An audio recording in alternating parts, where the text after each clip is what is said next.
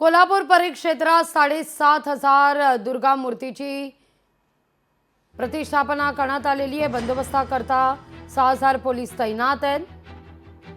Police महानिरीक्षक सुनील फुलारी यांनी या संदर्भात माहिती दिली आहे। महालक्ष्मी अंबाबाई मातेच्या उत्सवासाठी पूर्ण तयारी आणि बंदोबस्ताचे नियोजन करण्यात आलेलं आहे। येणाऱ्या भाविकांना सुरक्षित वातावरण मिळेल यासाठी अहोरात्र बंदोबस्ताचे शिफ्टमध्ये नियोजन झालेलं आहे।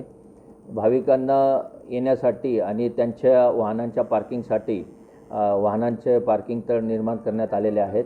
येणारा हा उत्सव जो सुरू झालेला आहे देवी उत्सव हा चांगल्या प्रकारे पार पाडेल यासाठी सगळ्यांनी आम्हाला सहकार्य करावे आणि हा देवीचा उत्सव चांगल्या प्रकारे पार पाडेल अशी आम्हाला खात्री आहे।